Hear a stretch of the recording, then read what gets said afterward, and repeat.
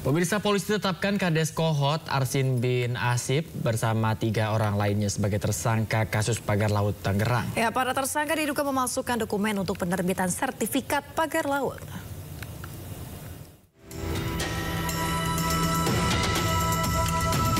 Kepala Desa Kohot Arsin bin Asip ditetapkan sebagai tersangka kasus pemalsuan dokumen sertifikat HGB dan SHM pagar laut Tangerang, Banten. Selain Kades Kohot, polisi juga menetapkan 3 orang lainnya termasuk Sekdes Kohot. Para tersangka juga telah dicekal untuk bepergian ke luar negeri. Di mana kita menetapkan Saudara A selaku Kades Kohot, Saudara UK selaku Sekdes Kohot, Saudara SP selaku penerima kuasa, dan Saudara CE selaku penerima kuasa telah kita sepakat kita tetapkan sebagai tersangka. Di mana diduga keempatnya telah bersama-sama membuat dan menggunakan surat palsu berupa GIRIK, surat pernyataan penguasaan fisik bidang tanah sporadik, surat pernyataan tidak sengketa, surat keterangan tanah, surat keterangan pernyataan kesaksian, surat kuasa pengurusan permohonan sertifikat dari warga desa Kohot, dan dokumen lain yang dibuat oleh Kades Sekdes sejak Desember 2023 sampai dengan November 2024. Sebelumnya, Bareskrim Polri telah menyelesaikan penyidikan pada 14 Februari lalu. Dalam kasus ini, polisi telah menyita sejumlah barang bukti yang diduga digunakan untuk pemalsuan surat izin terkait penerbitan sertifikat pagar laut di Tangerang.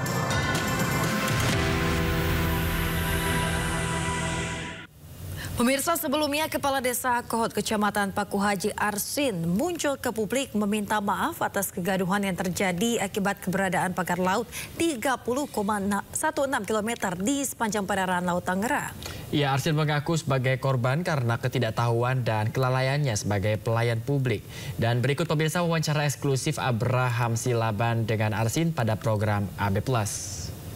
Lebih itu Pak, hampir 2 minggu Bapak disebutkan nggak berkantor, terus kemudian ada urusan-urusan lain yang terbengkalai nggak Pak? Karena Bapak nggak ada di tempat gitu Pak. Ada, warga mana?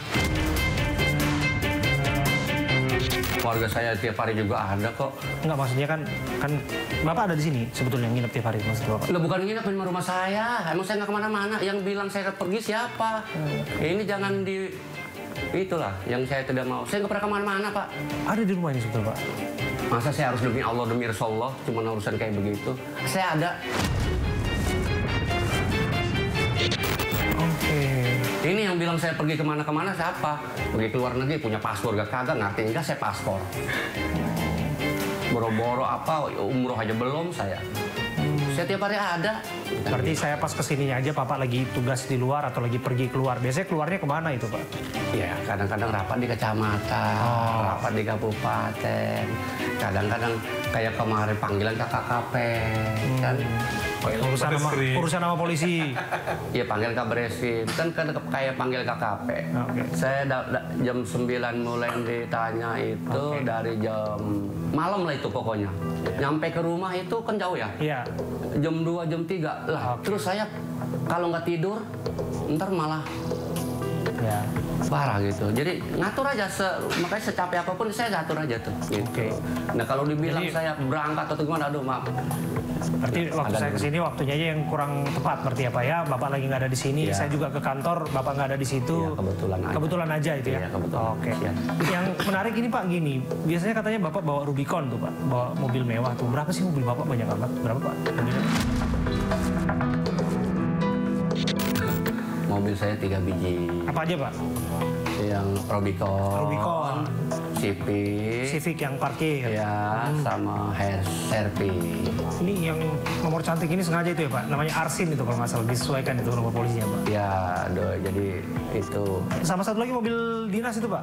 Oh itu mobil desa itu. Mobil desa punya? Iya itu bukan, ya ada mobil dinas itu mah, mobil desa. Oke. Kepala desa berapa sih gajinya sampai bisa dapat Rubicon kayak gitu Pak? Bicara gaji mah. Enggak begini Pak, banyak orang bertanya-tanya loh Pak, Bapak harus jawab juga itu Pak. Iya. apa betul Rubicon ini datangnya karena ada pengurusan sertifikat hak milik di pagar laut gitu Pak?